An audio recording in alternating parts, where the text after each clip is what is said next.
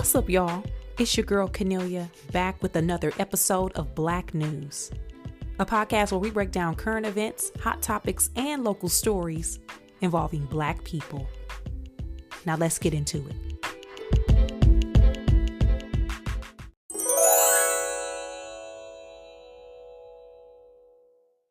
Child, this week's episode is brought to you by social media.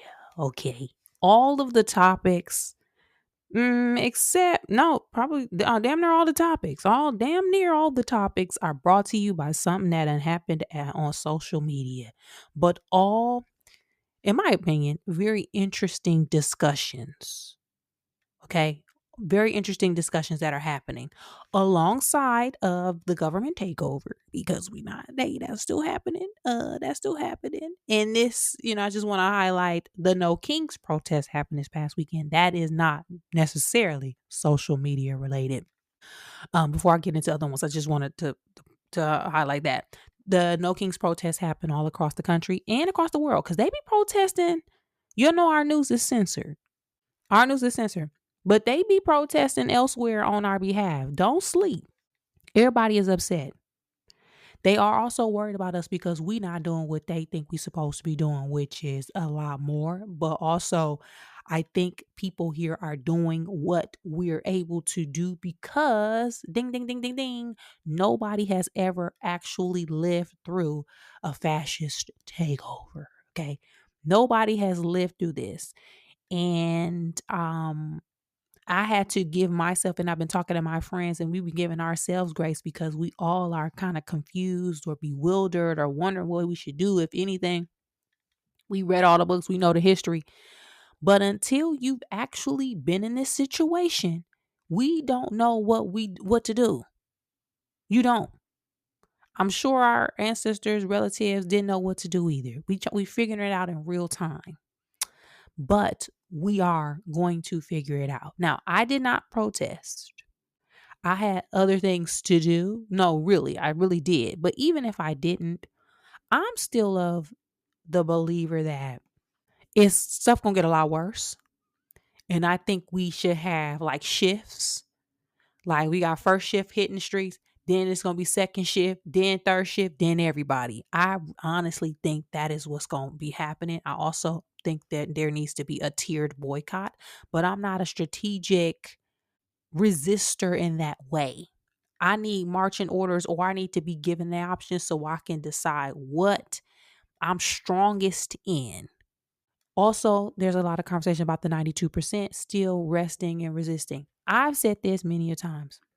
I don't think it's a coincidence that the entire demographic of people, yes, some people did not feel this way, but for the most part, the majority of a demographic all simultaneously felt a push towards, I'm doing air quotes, resting. I do not think that is a coincidence. I do not think it's as simple as everybody heard everybody talking about it and everybody just decided to join in. I really think that because of who we are in Black people and everything we've experienced in our connectivity to everything, I think that was a message sent to us on purpose for whatever reason. Some people say we are resting because if we get out in the streets, they're going to use that and take advantage of it, because y'all know whenever Black people be protesting, child, here come the riot gear, here come the tanks, here come the smoke bombs, tear gas, here come the rubber bullets, here comes the conveniently placed piles of bricks on the side of the street to be thrown into windows. Here come the agitators, masked agitators. People are saying that. Whatever the case, I think one of the reasons why we're collectively sitting down is because we were collectively told to by a being beyond us. I also think the same thing will happen when it is time to move. But one reason that I'm not ready to protest in the streets yet, because trust me, I can boycott some stuff. We still ain't going to Target. I'm ready to shut my dollar down in a targeted effort towards teaching and resisting. People saying that we boycotting Christmas and Thanksgiving. Baby, I don't buy the gifts anyway. Hey, I ain't getting gifts. Y'all know nobody. Hey, don't nobody get me nothing either. So it seemed like they already boycotting me anywho. Okay. I've been getting boycotted for years, but that's a whole nother story. The point is, there's other ways to get involved without taking to the streets.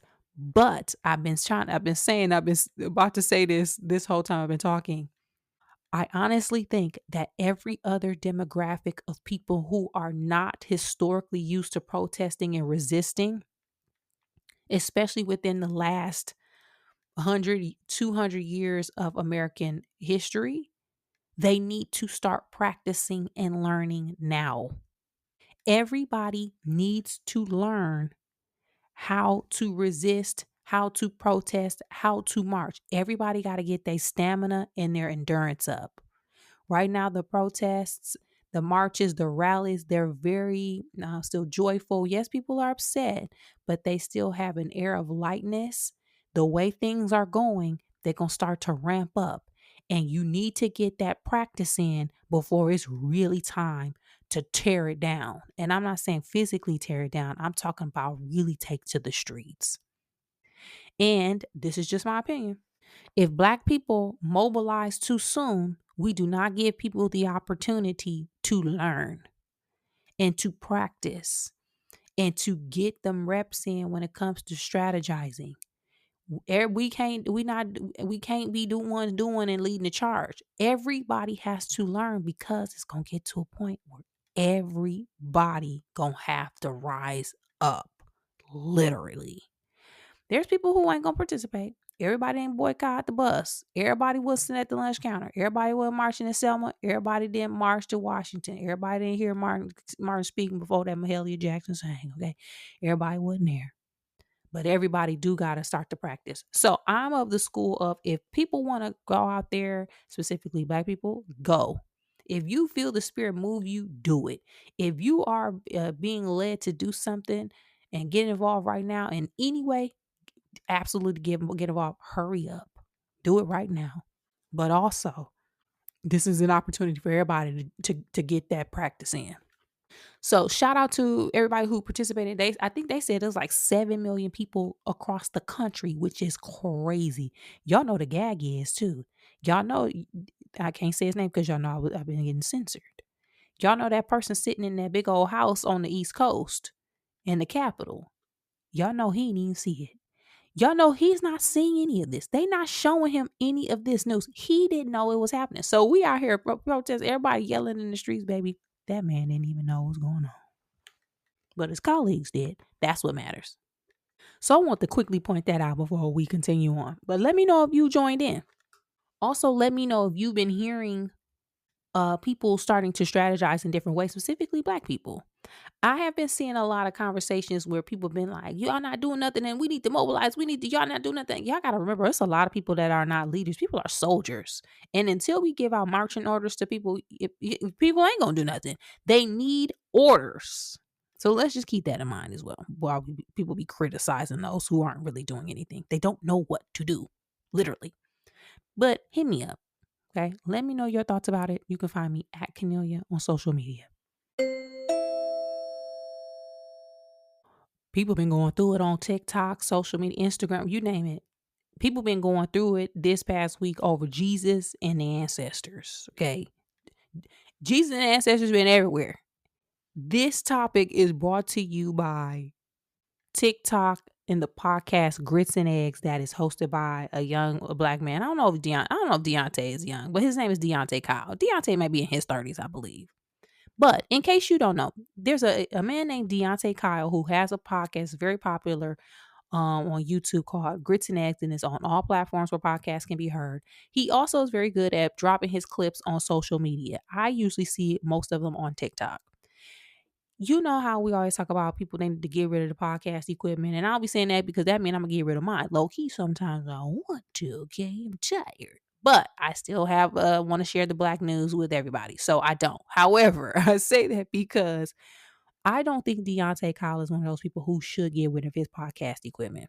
He is very knowledgeable. He connects with a wide audience, especially as it relates to Black people and Black men, because it seems like we are dealing with the challenge of finding a way to speak to Black people and Black men, young Black men and old, that connects to them in a relatable way that is not red pill radicalized content.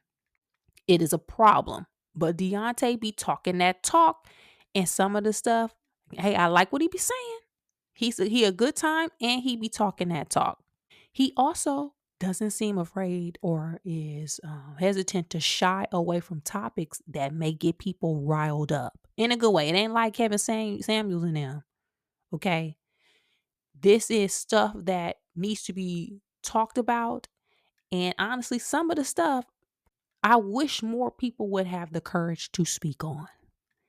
This past week, though, one snippet from his podcast went viral and it got Black people in a tizzy because he was talking about Jesus in our relationship. And y'all know, Black people, whenever we talk about Jesus, here come the saints, everybody gonna be mad. But I'm gonna play the podcast clip so we can get into it, because it is a very, very, very interesting conversation. And something that I kind of alluded to a little bit when weeks ago or months ago, if I'm being correct, when we were talking about sinners. Okay, so I'm going to play the clip and then come back to discuss. Jesus is standing in the way of the power of your gratitude really being fulfilled, right? You are misplacing your gratitude. You give all of the gratitude to the blood of Jesus and his sacrifice, but our ancestors spilled their blood, sacrificed their lives, sacrificed their pride, sacrificed their dignity, and endured not only for our sake, but for the sake of your children. They had us in mind, right? And they don't get any acknowledgement. You don't acknowledge your own blood that was sacrificed. You acknowledge the sacrifice of this man. They called on him. He didn't show up. He gets all the glory. You should be glorifying your ancestors. It's literally your blood. It's in your genetic code. You might wake something up because you'll not only be glorifying yourself, you'll be glorifying the people who are the reason you're here in the first place. And I think that's one of the issues that we don't talk about as it pertains to Christianity. We get into a lot of the bag of whether he exists or not. He exists, he doesn't. Yeshua, whatever. He's acknowledged as a prophet.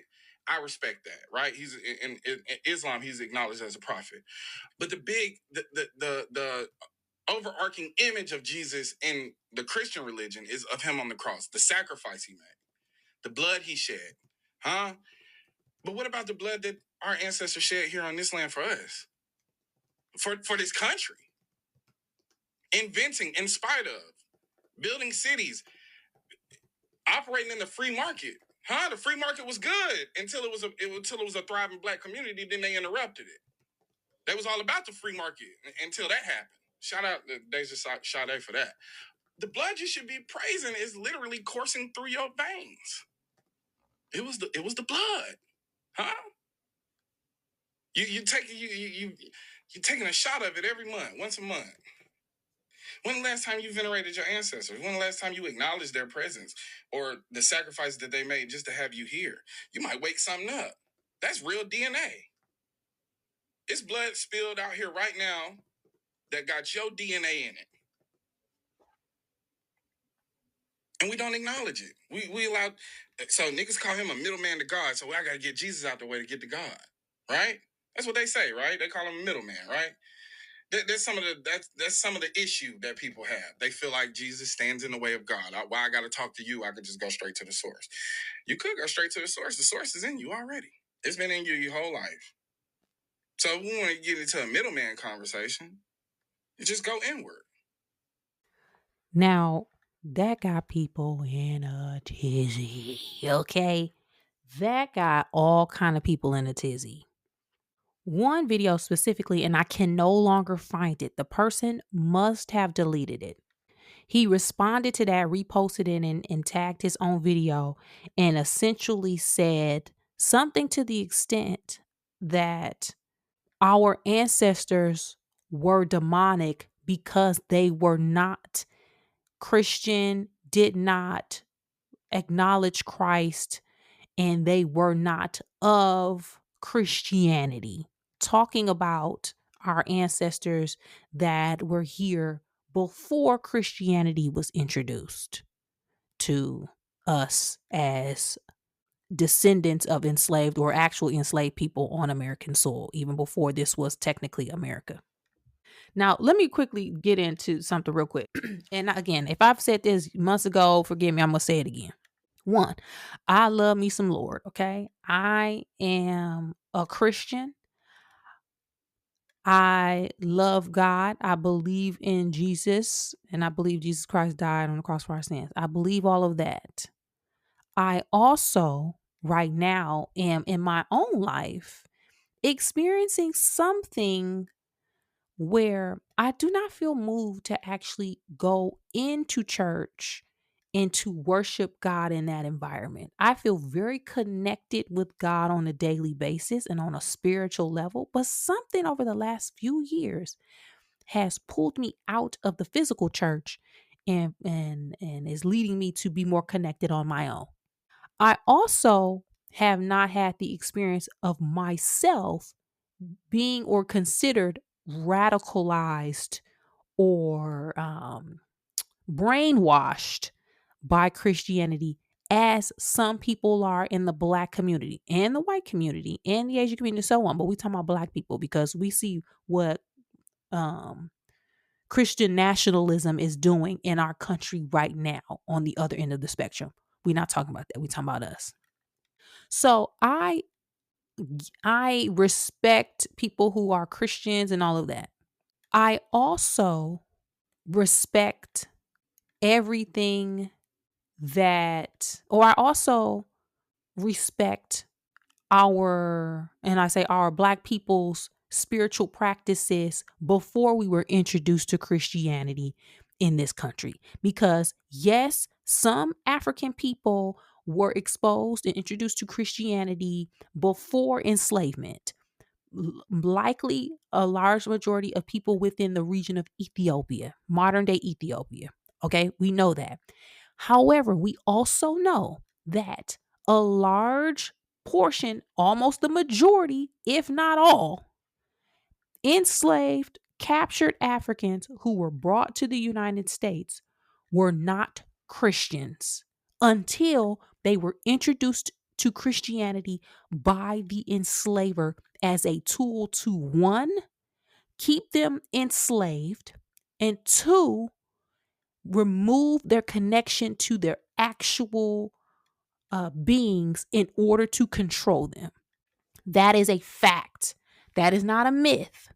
We know there was a slave Bible. We know the preachings towards enslaved Africans was geared around persuading them to obey their masters and appreciate being in bondage. That was who they were supposed to be and what they were supposed to be doing. We know that. So we know all of those things, right? We also know that when slavery first started in the Americas, the original intent when there was still indentured servitude and other demographics were being enslaved. Remember, they were originally shaping it around the fact that if you were Christian, you could not be enslaved, which then caused some people Black people to convert to Christianity as a way to save themselves from being in bondage. That then shifted when they realized, oh shoot, I don't care if they Black or Christian or not. If you're Black, you slave regardless of what your religion is. Okay, so we know all of these things. So I keep all of that in mind when I talk about religion and I think about people's spiritual practices, because you ain't gonna never hear from me that some ancient African or some current African traditions and practices is demonic.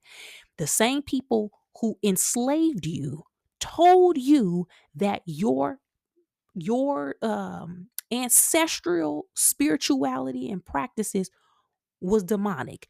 If you can't put that together and two together, I'm so sorry. I don't know what to tell you. Okay? I do not know what to tell you.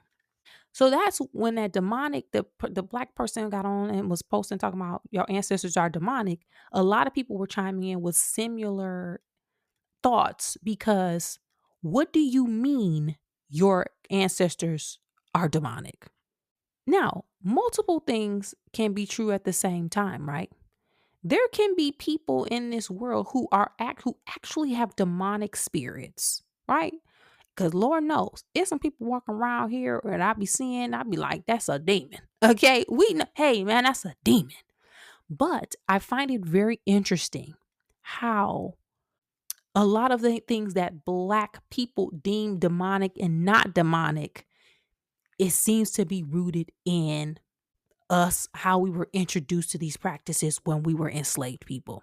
A lot of people were also who were on the side of the demonic saying that praising or worshiping your ancestors is a form of demonic of being a demonic, and we shouldn't do that. And then some people were pointing out things within Christianity that are rooted in African spirituality, that if they assume that respecting and honoring your ancestors is demonic, a lot of other things that you currently do are demonic. For example, they're saying if you honor your ancestors, that's demonic. Well, we honor Jesus. He's our ancestor. Is that demonic? People were saying how within the black church, things like shouting, praise dancing, worshiping, singing the songs, putting things on the altar, drinking the blood of Jesus, the body of Christ, all of those things are rituals, which, if you consider African practices, traditional African practice, demonic because they're rituals, we're actually practicing rituals in the Christian church, in the Christian faith. So if that's demonic, why isn't, when we be drinking that little cup of wine and drinking that little bread, eating that little breadcrumb, why isn't that demonic? Because it's a ritual. Do you see the connection? You see it? Okay. But again, and I've said this before, I just really am so bothered by the fact that we allowed people to tell us who we were is demonic. And like Deontay Kyle was saying, yes, you can worship Jesus, but we're doing that while ignoring the actual people that we're related to, whose blood runs in our veins, who also did incredible and amazing things.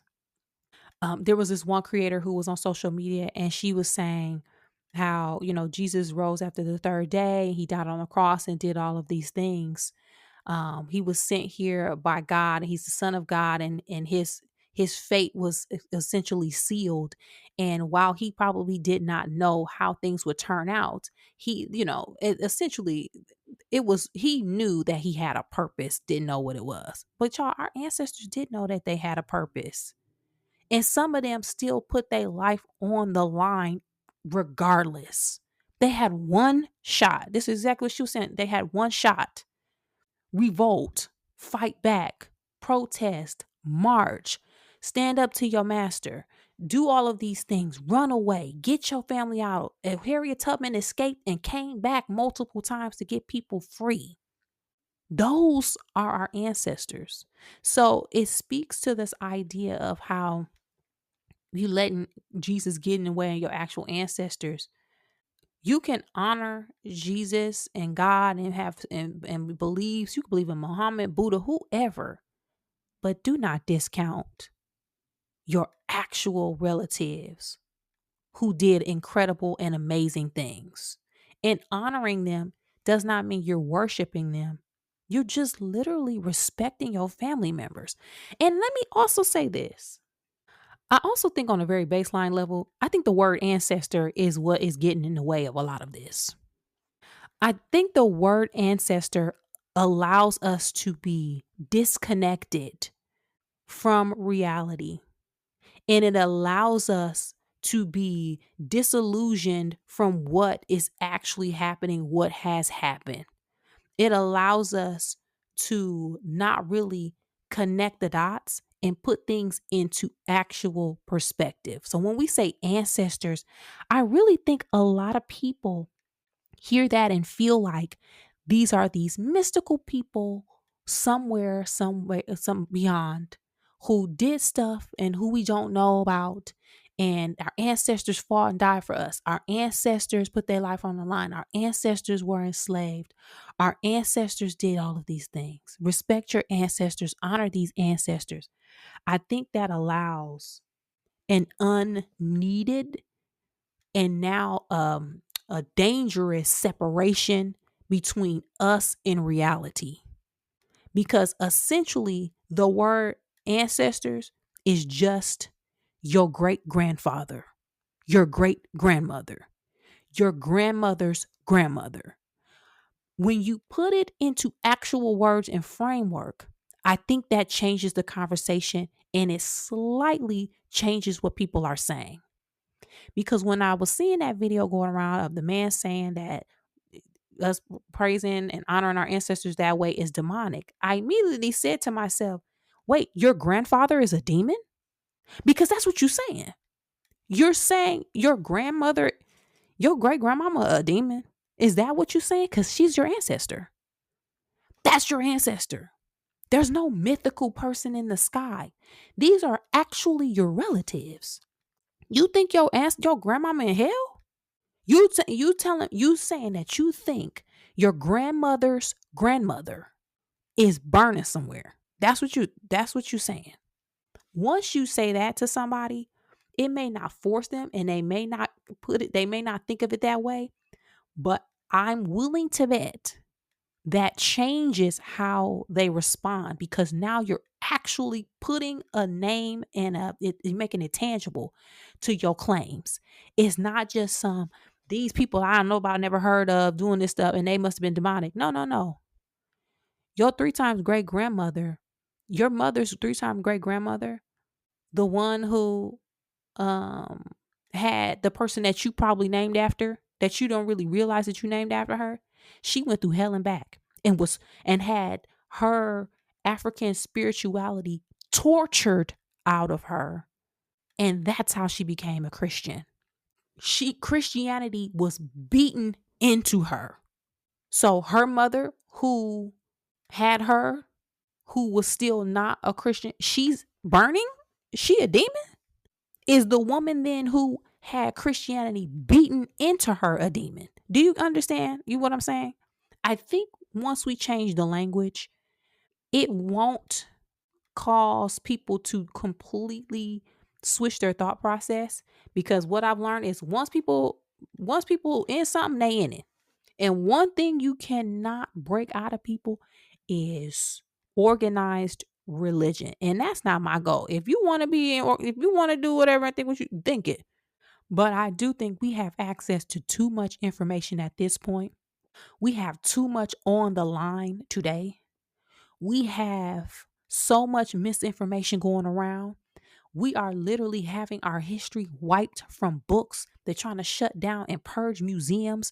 They doing all of this stuff against us. We cannot afford for people to be disillusioned by reality and keep allowing them to disrespect our history and our actual family members. Change the language. I'm asking us to, the Black news listeners, to start with that small step. Whenever people start talking about our ancestors, speak about them as if they're your family, because they are. Instead of our ancestors marched and died. No, my grandparents and my grandniece, my grandaunts and uncles marched and died. Our ancestors were enslaved. My grandmother's grandmother was enslaved. My grandfather, uh or my great grandfather had to flee the South due to racial violence and terror, and had to leave everything behind to start a new life, change his last name. That's what we should start saying to see if that works, because baby, we're ancestors got y'all thinking it's just some magical being in the sky, and that ain't the case. That's your blood. Okay, let me know y'all thoughts about it though. And if you agree or disagree what it is that Deontay Kyle was saying, because some people don't agree. You may not agree with me at all. Again, I'm just offering up my perspective, because y'all know I've talked about this when sinners came out. I'm tired of people allowing our family members and our native spiritual practices to be disrespected. I'm tired of it. I am so tired of it.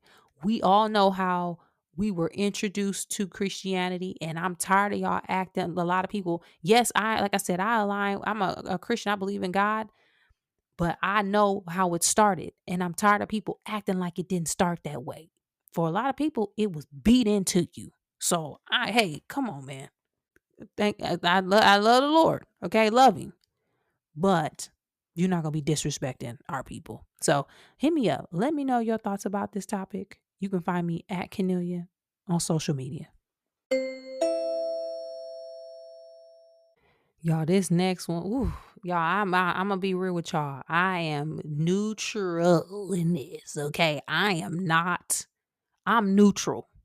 Okay, I'm neutral in this developing and escalating beef, misunderstanding back and forth between Layla Ali and Clarissa Shields.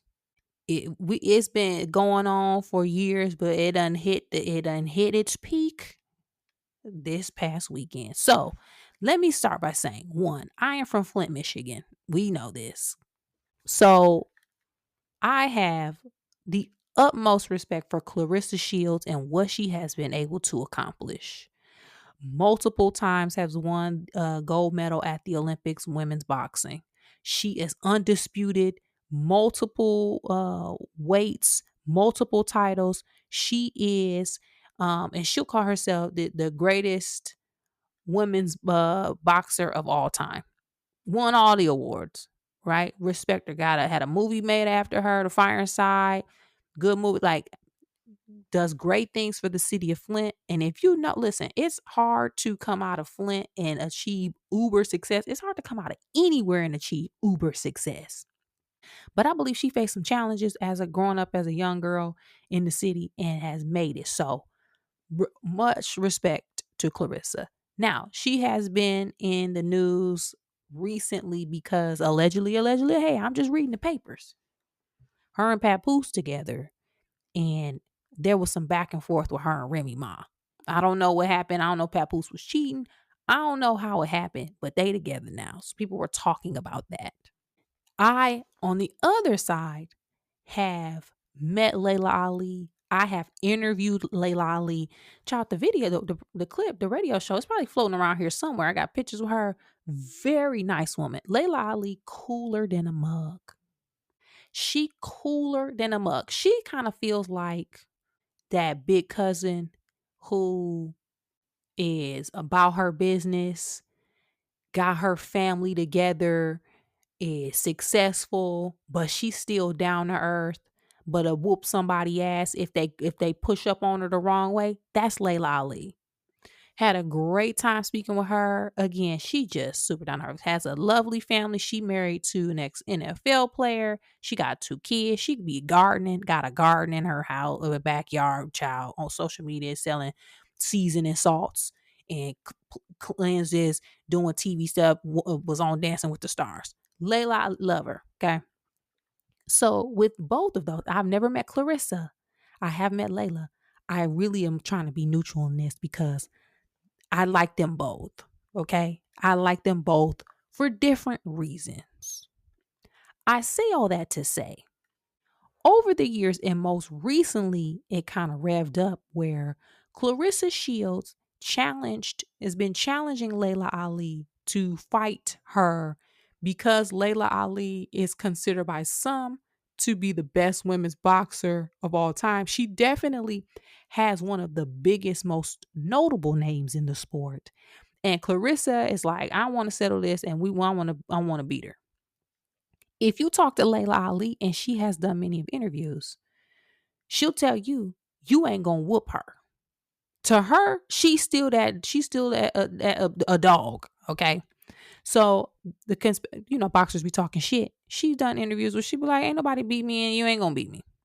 Unbeknownst to us, unless you really been following this for years, there has been back and forth over years that has caused this to come to the surface, to the point where Layla Ali, who don't be on social media like that, posted a 30-minute video on YouTube with a breakdown about everything that has transpired, and she called it Let the Record Show Part 1, which tells me, baby, it's a part 2 coming? Good grief.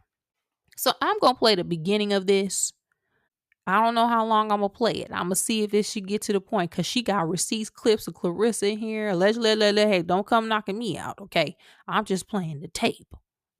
But I'm gonna play this so you can kind of see where it's going, and you can listen for yourself. It is on her YouTube channel, Layla Ali KO. Child, just type in Layla Ali and the video gonna come up.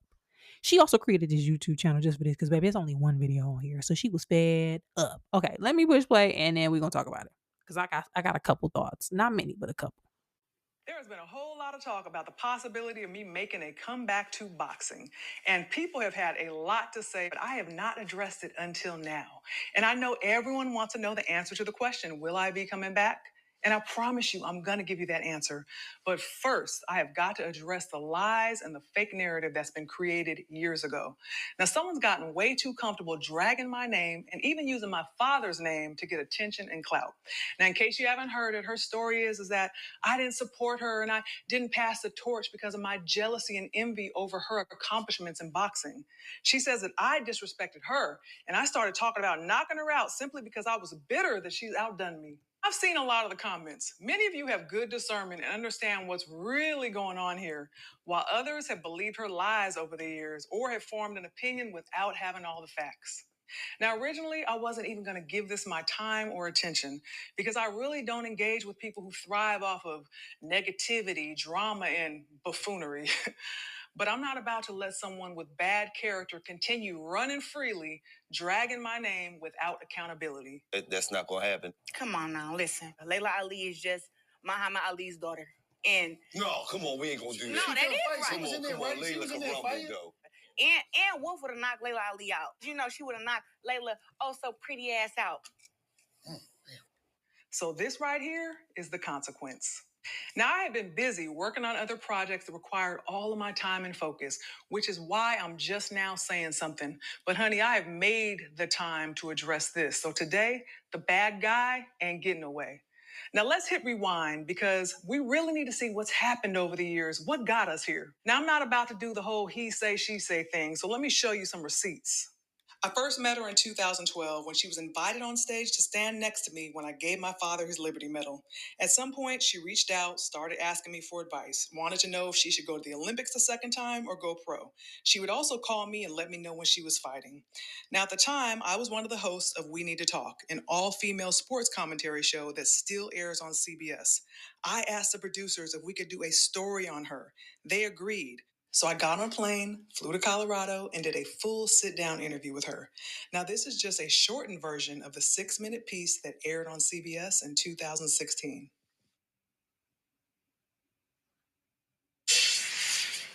21-year-old Claressa Shields is as confident as her right hand is powerful. Soon, Claressa will be heading to Rio for the Olympics to try and do something that has never been done before. I sat down to talk with her about changing history and being a positive spark for her hometown. You should have heard the story by now. The one about Okay, I'm gonna speed this up. Michigan who has gone to set. I will have a box time. Olympics start in August. No, they are. So the Olympics for valuable branding advice and boxing advice, so she can have long-term success in and outside of the ring. I told her about the challenges that I faced fighting at 168, where there was limited competition, and I suggested that if she decided to turn pro, she should consider going down in weight, somewhere around 148, where she would have more competitive challenges. I told her she should hire a nutritionist, trim off that excess body fat, and get into elite next level shape. I pointed her in the right direction, and I had high hopes for her. Whether she decided to turn pro or not, I felt like her future was bright if she played her cards right. But of course, at the time, I was not aware of her divisive, vindictive, and malicious nature. And I know those are strong words, but they actually fit. This girl has created a pattern. It's been directed towards many people time and time again. Now, before we started our interview in Colorado, she said to me, "You're the name people say when it comes to women's boxing. You're the face they know. I want that to be me." Now, looking back after everything that's unfolded, it seems pretty calculated now. Like she was waiting for the right moment, the right excuse to finally do what she'd already made up her mind to do. I mean, that's how it feels now.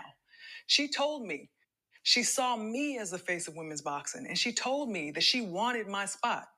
And she's been on a mission to ruin my reputation ever since, simply because she heard me make a comment that was not about her and she took it personal. Fast forward to 2018, I was promoting my cookbook. Now, again, Layla got this is 28 minutes and 26 seconds, child. She got more receipts, video clips, interviews on the Breakfast Club, tweets. She clipped videos of her in the car talking. It's a lot in here.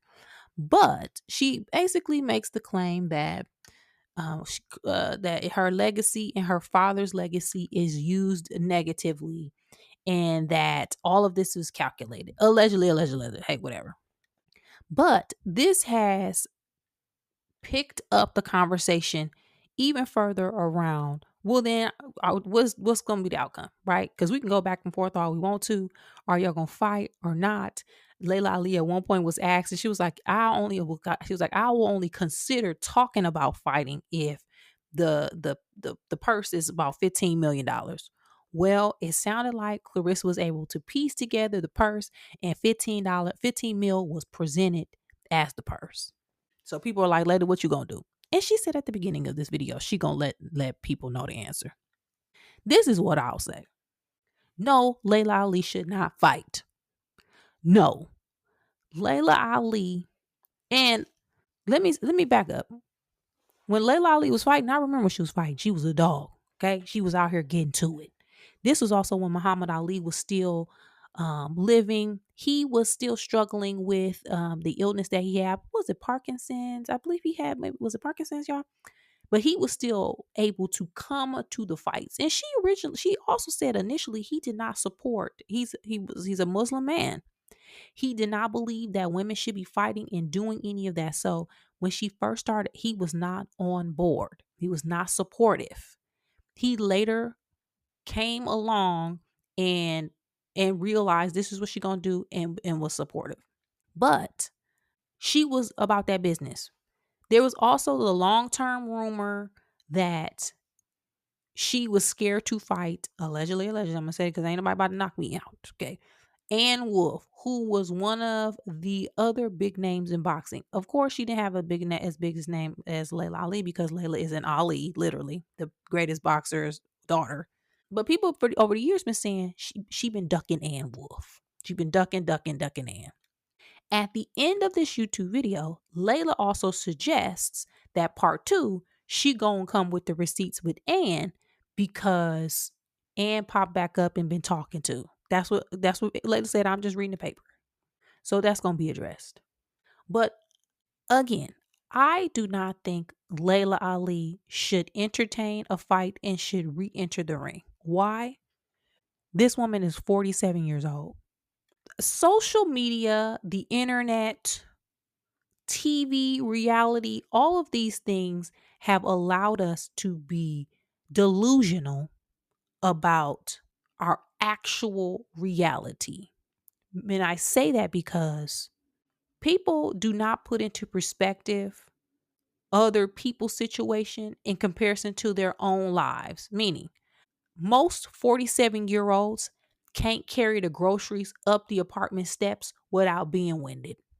Most 47-year-olds go to the Y or LA Fitness and be trying to hoop with their friends and end up with a torn ACL. I got homeboys who be popping hammies all over the place because they are late 30s, ex-hoopers who be out here trying to prove something and end up in a cast. How many people we know that have been down to the CrossFit and then pulled their back out and got slip discs because they thought they still had it in them like they did back in the day when they was 25? Yes, Layla Ali was a professional boxer and she was retired. Yes, we have seen her at the top of her game. But do y'all actually know what it takes to get back into fighting shape? Do y'all know the difference between a 25, 30, and I believe Clarissa's in her early to mid 30s. There's a difference from getting bust over the head in your 30s than it is in your late 40s. By the time Layla Ali, and I'm not saying this to shade Layla, I'm saying this as someone who is 42 and she be still in the gym. She still got her mitts in her bag and she still be getting busy. I don't know if she be sparring. So she's still in good fitness. Layla Ali looks fantastic. And that's another thing. Y'all be looking at her and she don't look older, but she's 47. Y'all know how long or what has to happen for her to get into fighting shape, to fight a world champion boxer who fights actively, who has 2 fights minimum a year and spars on a daily basis? Let's say it take a year, and that's being generous. Like that's on some quick timeline. Let's say Layla Ali trains for a year. She gonna be 48. You telling me you want to see a 48-year-old woman fight a 30-something? Let me Google how old is Clarissa Kachuk. Y'all ain't about to stress me out. A 30-year-old. You telling me y'all want to see a 48-year-old fight a 31, because I'm doing a year later, a 31-year-old? Are y'all kidding me? What do you like? Anybody, and I'm not talking about speaking this to Clarissa and Layla, because as fighters, what I've learned, they want that work. They about that action. I don't care who it is. Line them up. Get in the ring. Line them up. Let's go. Okay. What did Terrence Crawford say in one of the press conferences before he fought Canelo? I don't know what y'all say about me, but y'all know I'm about that action. Okay. They about that action. But you really think it's in anyone's best interest for a 48-year-old to get in the boxing ring? I know back in the day, George Foreman was pulling that. This ain't George. Okay. Don't nobody want to get beat over the head in their late 40s. Let's say it take longer to train for this, 2 years. 50 years old, I do not want to see no 50-year-old. And I say that also because, and again, I'm not saying I don't want to see Layla, because I like Layla. But I don't want, that's not a good matchup. Because now what it's going to do is, regardless of the outcome, it is going to still make it a disadvantage for whoever is the winner and whoever is the loser on both ends, because you fighting somebody out of their prime. Ain't no bragging rights in there. Sure, you can say, I beat up the best boxer. I beat up the person who had the biggest legacy. Yeah, she was 50. Let's say Layla beats up on Clarissa. Then now Clarissa got knocked out by an old woman. And again, I'm not calling her old. I'm just saying how people shift narratives and how they push stuff. Now your whole legacy tarnished because you was fighting and got mopped up by a 50-year-old. It's not worth it for nobody. It ain't worth it, y'all. You not about to give me. Y'all, I be walking on my little treadmill. If I don't stretch for 15 minutes before I walk on the treadmill, I'm cooked.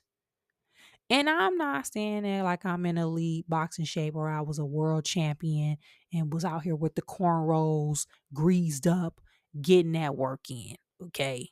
I wasn't. But I think as consumers, we allow ourselves to be so delusional with reality, because anybody who's saying, yeah, they should just fight, I'm willing to bet you are unathletic and have been for a while and really don't know what it takes to get back to fighting shape. Again, not saying that they ain't in shape, because Layla she be snatched. Okay, she be drinking them juice cleanses. She got them cleanses she be selling on her website. Also want to highlight something that a lot of people been saying, because there's that narrative that was going around and saying that Ann Wolfe at the time was the best boxer. Actually, people have been saying, well, if Ann Wolfe was the best boxer, then why don't you fight Ann? Like, if you want to go after the best, if you really trying to get that work from the best, go after the best. I don't have no Ann older than Layla, so that like you gonna be fighting a 60-year-old woman. How old is Ann Wolfe? Let me take to this truth. She ain't about to stress me out. Baby, Ann Wolfe 54. We not doing this. Don't nobody want to see you fighting. I don't want to see nobody over the age of 39 in the boxing ring. But let me know what y'all think, because it could be different for y'all. Mike Tyson was still out here getting that work in with one of the Paul brothers. But y'all notice, and if y'all remember in his contract, it was stipulated that he can't like uppercut Jake. He couldn't do none of that. He was highly contained in that fight. He couldn't get busy. But Mike was out there looking, he looked, I want to see that. Don't nobody want to stay up late watching no Netflix. I don't want to stay up late waiting for that fight. No, Layla, don't do it. Girl, it ain't worth it. Girl, keep selling the seasoning sauce. They're good. What y'all think though? Clarissa, don't even do it, girl. It's so many other things you could be doing. You do not be needing to fight no 50-year-old. Like, stop. And again, I ain't saying let Layla or Clarissa, y'all, hey, I don't want to get knocked out. I'm just saying, y'all, don't do this. Okay? Just don't do it. What y'all think though? What do you think? Do you even care? Or do you feel like they should actually get in the ring and finally settle this?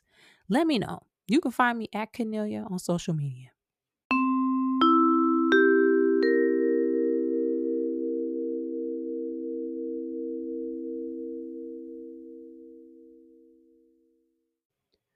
On this week's episode of Black News, we quickly talked about the No Kings protest that happened this past weekend, and if you did or did not participate and why. We also talked about a viral clip that is going around social media from Deontay Kyle and the Grits and Eggs podcast about Jesus and in relation to our ancestors. And lastly, we talked about the now escalated beef between Layla Ali and Clarissa Shields and if they should actually step into the ring and fight each other. Hit me up. Let me know your thoughts about all of these topics, some or none, and I'll check back with you guys next time.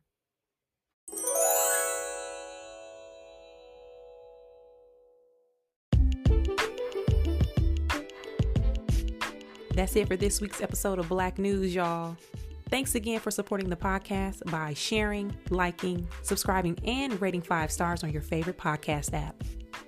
To find more information about me, you can check me out at Cornelia on social media, as well as on my website, which is cornelia.com. And as always, thanks for supporting, and I'll be back next week with new topics and a new episode.